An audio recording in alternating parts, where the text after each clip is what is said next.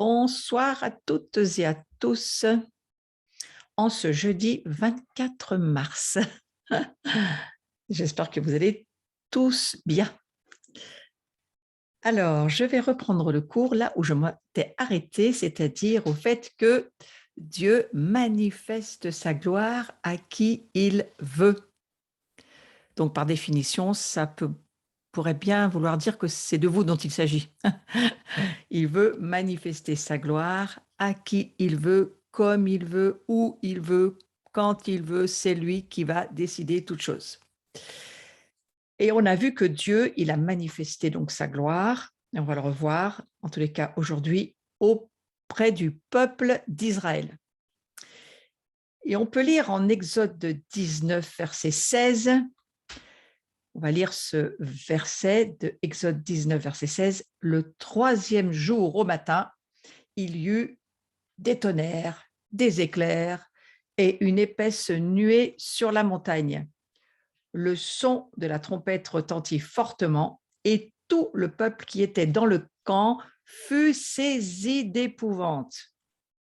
Donc, quand on lit ce verset, on voit que c'est un passage qui illustre la gloire de Dieu, la façon dont la gloire se manifestait à l'époque avec des phénomènes physiques. Sa présence, elle était tangible et elle sollicitait les sens, vous voyez, parce qu'il y a ces affaires de tonnerre, ces affaires d'éclairs, le bruit, le son. C'est la façon dont on peut dire que la Bible nous décrit la gloire de Dieu sous un certain aspect. On voit aussi comment la gloire se manifestait, et c'est Ésaïe qui en parle. Il a lui aussi vu la gloire de Dieu se manifester par le biais de manifestations physiques. On le lit dans Ésaïe chapitre 6, les versets 3, 4, 5. Je ne vais pas les lire maintenant, mais on voit que Dieu parlait à son peuple lors de cette démonstration. Et de même, nous aussi, il faut nous attendre à entendre Dieu lorsqu'il se manifestera de nouveau. On l'a vu pour Ésaïe, on le voit pour Moïse. Dieu s'est adressé à Moïse avec l'histoire du buisson ardent que tout le monde connaît bien. Et tout comme d'ailleurs, la gloire de Dieu s'est manifestée à Paul sur la route de Damas. Il en est même tombé de son cheval. Donc Dieu peut aussi s'adresser à plusieurs personnes à la fois. Vous vous souvenez de l'histoire de la transfiguration, lorsque Pierre, Jacques et Jean, qui se tenaient avec Jésus, ont vécu quelque chose de tout à fait particulier. Je ne vais pas reprendre tous ces passages, c'est juste pour vous dire, voilà comment la gloire, eh bien, elle peut se manifester. Et quand Dieu nous parle, eh ben, il peut le faire de vive voix, ou il peut parler à nos cœurs, ou il peut se montrer d'une manière tangible. Voilà, ça aussi, c'est possible pour nous de nos jours. On voit aussi que Dieu il a manifesté sa gloire, bien sûr, à travers son Fils Jésus. C'est, on pourrait dire, l'expression ultime de la manifestation de la gloire de Dieu. Et cette expression ultime, elle a eu lieu lorsque Dieu a envoyé Jésus, son Fils, pour nous sauver, entre autres, hein, et puis pour ramener son royaume et pour signifier que Dieu n'avait rien abandonné de toutes ses pensées originelles et qu'il allait ramener la restauration et le rétablissement de son royaume. On peut lire dans Hébreux chapitre 1, versets 1 à 4. On va le lire là maintenant. Hébreux chapitre 1, versets 1 à 4. Après avoir autrefois, à plusieurs reprises et de plusieurs manières, parlé à nos pères par les prophètes, Dieu, dans ces derniers temps, nous y sommes, Dieu nous a parlé par le Fils qu'il a établi héritier de toutes choses, par lequel il a aussi créé le monde, et qui, étant le reflet de sa gloire et l'empreinte de sa personne, vous voyez, c'est ce que dit ce verset, Jésus, il est le reflet de la gloire de Dieu, et il est l'empreinte de la personne de Dieu. Je continue le verset, et soutenant toutes choses par sa parole puissante, a fait la purification des péchés et s'est assis à la droite de la majesté divine dans les lieux très hauts, devenu d'autant supérieur aux anges, qu'il a hérité d'un nom plus excellent que le leur. Ici, qu'est-ce que ça nous dit? Ça nous dit que Jésus nous amène à connaître le Père par le biais de son caractère, de ses vertus et de son comportement. Le voir revenait à voir la splendeur et l'image du Père, sa substance même, c'est-à-dire son essence. Jésus incarné, c'était, mais c'est la gloire du Père. Et quand on l'écoutait, c'est comme si le Père nous parlait. On pourrait dire ça comme ça, qu'en fait, Jésus, c'est la plus haute démonstration que Dieu ait donnée à l'humanité. C'est peut-être la révélation la plus totale, la manifestation de la gloire du Père. Voilà ce que Jésus est. Pardon. Alors, en revoyant cela, on peut aller jusqu'à se dire aujourd'hui que l'apôtre Jean, eh bien, il a reçu le même type de révélation concernant la gloire de Dieu. Il a reçu le même type de révélation que le prophète Joël. Cette révélation mettait en lumière la majesté de Dieu et sa toute-puissance, tout comme son éternité. On va lire cela dans Apocalypse chapitre 4, verset 8. Apocalypse chapitre 4, verset 8. Je lis le verset. Les 4 êtres vivants ont chacun 6 ailes. Ils sont remplis d'yeux tout autour et au-dedans. Ils ne cessent de dire jour et nuit, Saint, Saint, Saint est le Seigneur Dieu, le Tout-Puissant, qui était, qui est et qui vient. On va lire aussi dans Apocalypse chapitre 1, verset 13 à 16. Apocalypse chapitre 1, verset 13 à 16. Au milieu des 7 chandeliers, quelqu'un qui ressemblait à un fils d'homme, vêtu d'une longue robe et ayant une ceinture d'or sur la poitrine. Sa tête et ses cheveux étaient blancs comme de la laine blanche, comme de la neige. Ses yeux étaient comme une flamme de feu. Ses pieds étaient semblables à de l'airain ardent, comme s'il eût été embrasé dans une fournaise. Et sa voix était comme le bruit de grandes eaux. Il avait dans sa main droite 7 étoiles, et de sa bouche sortait une épée aiguë à 2 tranchants, et son visage était comme le soleil lorsqu'il brille dans sa force. Vous voyez, Jean, il décrit ce qu'il voit alors qu'il est enlevé dans les cieux, son esprit, il est dans les cieux, et il partage la révélation de ce qu'il voit. Qu'est-ce qu'il voit, Jean? Il voit une manifestation de la gloire de Dieu. C'est une façon que Dieu a de lui révéler qui il est. Et Jean le décrira de la meilleure manière qu'il peut. Donc on voit que Dieu, il manifeste sa gloire auprès de nous, parce que Jean était sur la terre et c'était un humain, il a vécu très longtemps. Donc Dieu va manifester sa gloire auprès du peuple d'Israël, c'est par là que ça a commencé, mais à travers son fils Jésus et aussi auprès de nous. Donc, on voit que à travers l'adoration, Dieu se révèle et manifeste sa gloire ou sa présence. Il veut manifester sa gloire aujourd'hui et il la manifeste de cette manière-là. Il y a un mouvement de réveil, et on voit que lorsqu'il y a un mouvement de réveil, il ne repose pas sur une personne en particulier, je vais en parler un petit peu maintenant, mais ce mouvement de réveil, il va reposer sur la révélation de la gloire de Dieu que possède l'individu qui en général est utilisé, ou un groupe d'individus, et qu'il va partager, qui va communiquer aux enfants de Dieu qui la reçoivent avec foi. Vous voyez, les mouvements de réveil, souvent, ils passent par une personne qui a reçu vraiment de Dieu ce mandat, et ensuite, c'est quelque chose qui va se transmettre. Et on doit le comprendre, que le mouvement de réveil, quel qu'il soit, ou le renouveau du Saint-Esprit, ça repose pas sur une personne en particulier, mais ça repose sur la révélation de la gloire de Dieu. C'est la révélation de la gloire de Dieu que possède cet individu et qu'il va partager, qu'il va transmettre, qu'il va communiquer aux enfants de Dieu qui la reçoivent avec foi. Mais c'est tout repose sur la révélation de la gloire. C'est pourquoi je crois que ces jours, dans les maisons de prière, dans des lieux qui sont consacrés à Dieu, dans les corps d'église, peu importe là où des personnes prient et cherchent le réveil, il y a une recherche, en tous les cas en ce moment, de vivre et de rentrer dans l'expérience de la gloire de Dieu, parce que ça demande de vivre une expérience, cette gloire.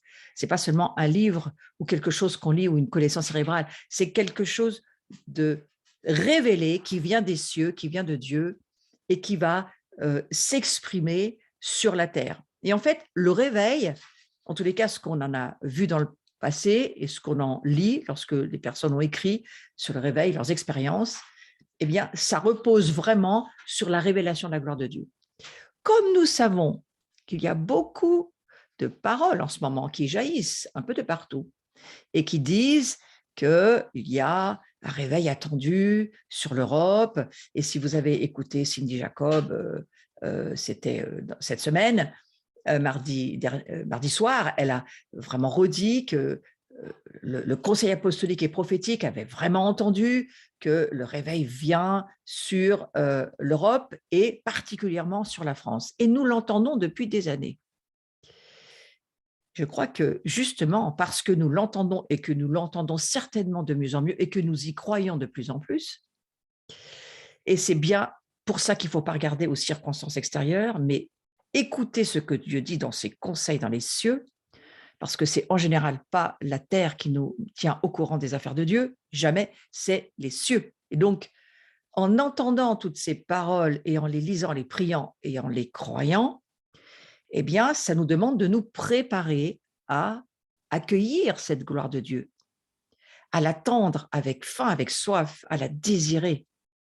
Et c'est aussi un peu pourquoi je suis allée sur ce sujet de la gloire de Dieu, parce que je me dis qu'il faut nous préparer pour ce que Dieu a dit que notre nation allait vivre. Alors, j'aime bien l'histoire de Moïse. Moïse, lui, il a dit ceci. Il a dit « Fais-moi voir ta gloire ».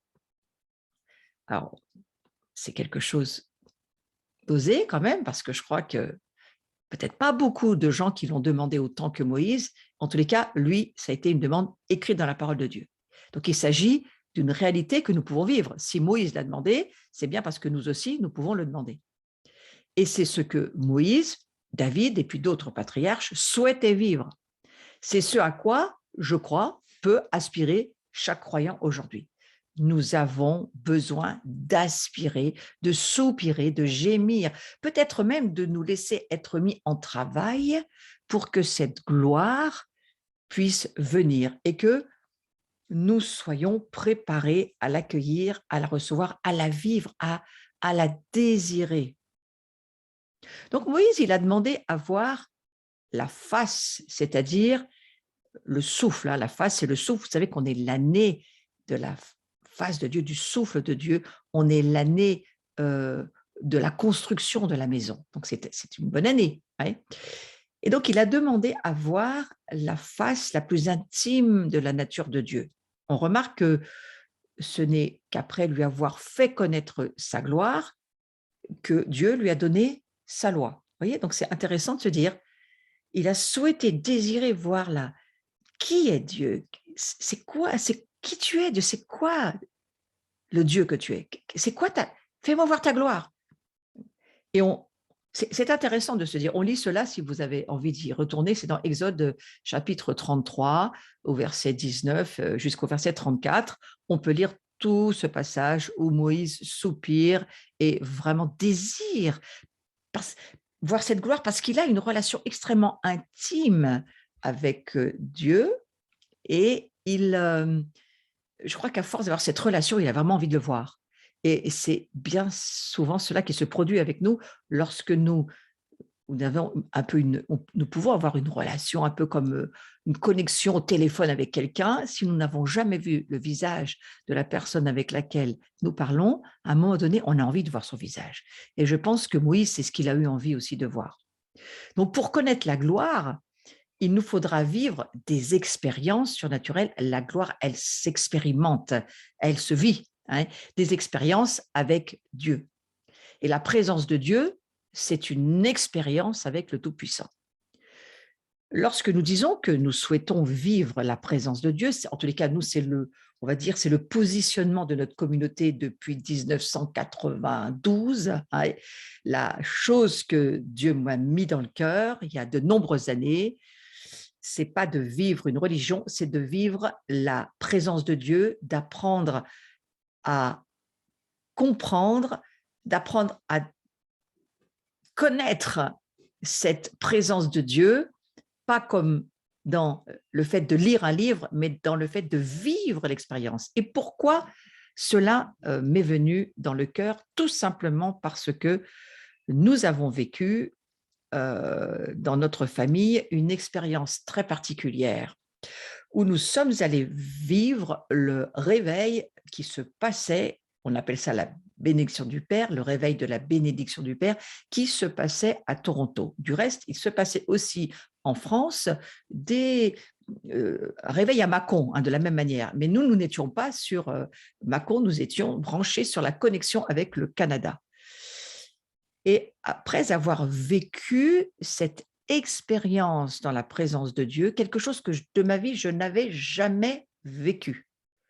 J'ai fréquenté l'église, j'ai été toute ma vie pratiquement dans une église, soumis à ce qui s'y passait, quel que soit le nom de famille de l'église, parce que voilà, j'ai voyagé dans plusieurs dénominations différentes, mais j'ai vécu, on va dire, en fait, comme une protestante. J'ai vécu dans le mouvement de la Réforme. J'ai commencé avec mes parents à l'église réformée et ensuite je suis passée dans le monde évangélique parce que ma vie est un chemin et que je suivais ce que mon cœur me demandait de suivre. Et à un moment donné, dans l'histoire de ma vie, c'est un peu trop long à raconter là, je me suis retrouvée à goûter quelque chose que j'avais jamais, jamais, jamais vécu.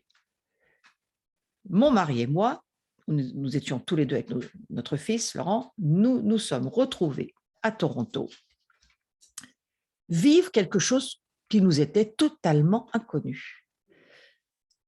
Aujourd'hui, je sais que ça s'appelle la gloire de Dieu. Sur le moment, je n'aurais pas pu véritablement dire ce que c'était, mais je le vivais.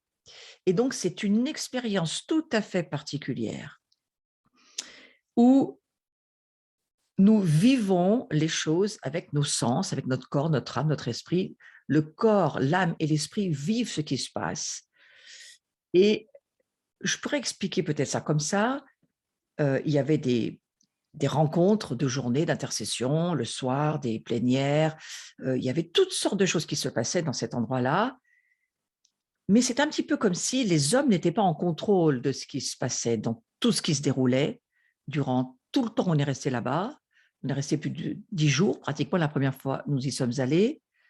C'était vraiment particulier. On voyait que les hommes ne contrôlaient pas ce qui se passait. Il y a des gens sur l'estrade qui essayaient de parler, ils tombaient à terre, et il fallait mettre des chaises, ils ne restaient pas dessus. Une personne, 2 personnes, 3 personnes, personne n'arrive à rester debout sur l'estrade. Les gens qui prêchaient, ils essayaient de faire quelque chose, c'est très compliqué. Et parfois, Dieu laissait parler une personne, on ne savait pas pourquoi, et en fait, cette personne-là disait des choses qui étaient d'ailleurs pas toujours très intéressantes, mais moi, je me souviens d'un gars qui lisait tout un listing sur le réveil, c'était très, très ennuyeux, et tout à coup, Dieu tombait sur nous, et on vivait des choses qui n'avaient rien à voir avec ce qui était en train d'être prêché sur l'estrade. Enfin, c'est très curieux. Et là, je me suis dit, mais en fait, si on laissait vraiment Dieu faire ce qu'il veut, ça ne se passerait pas comme on le vit dans nos belles églises bien ordonnées, avec une liturgie. Je ne suis pas toujours très sûre que c'est Dieu qui la voudrait, cette liturgie. Alors, moi, j'ai fait un choc frontal de rencontre avec Dieu dans cette présence de Dieu, et j'ai su une chose lorsque je suis rentrée de ces 10 jours où on avait quand même des enseignements le matin, où là, les gens arrivaient à peu près à tenir sur leur chaise et nous enseignaient sur un certain nombre de choses du réveil qu'on n'avait pas du tout l'habitude d'entendre ni de voir. Et j'ai appris une chose, quand je suis rentrée de ces 10 jours, une chose dont j'étais sûre, c'est que je ne savais rien de Dieu. Et ça, j'étais sûre d'une chose. Hein. Non seulement je ne connais pas Dieu, je ne sais pas qui il est, mais j'ai aucune idée de ce qu'il veut faire et que je crois que tout ce que nous, on invente pour essayer d'aider Dieu ne l'aide pas tant que ça. En tous les cas, ça n'a pas beaucoup de résultats. Et je suis rentrée avec quelque chose que je ne peux pas expliquer, mais j'ai le mot encore qui est là, parce que c'était une expérience, donc je m'en souviens, c'était ma propre expérience. J'aurais dit que j'étais pleinement satisfaite d'avoir vécu ce temps, que mon esprit, mon âme et mon corps étaient remplis, étaient pleins, pleins, je ne sais pas de quoi, de Dieu sûrement, mais pleins. C'est-à-dire que j'avais une impression de plénitude que je n'explique toujours pas. Les choses, bien sûr, une fois qu'on est rentré, petit à petit, on a essayé de maintenir ce degré de présence de Dieu. Mon époux et moi, on a essayé de vivre ça chez nous. C'était impossible de le maintenir à tous les deux. Mais une œuvre a commencé, qui s'appelle l'abri aujourd'hui.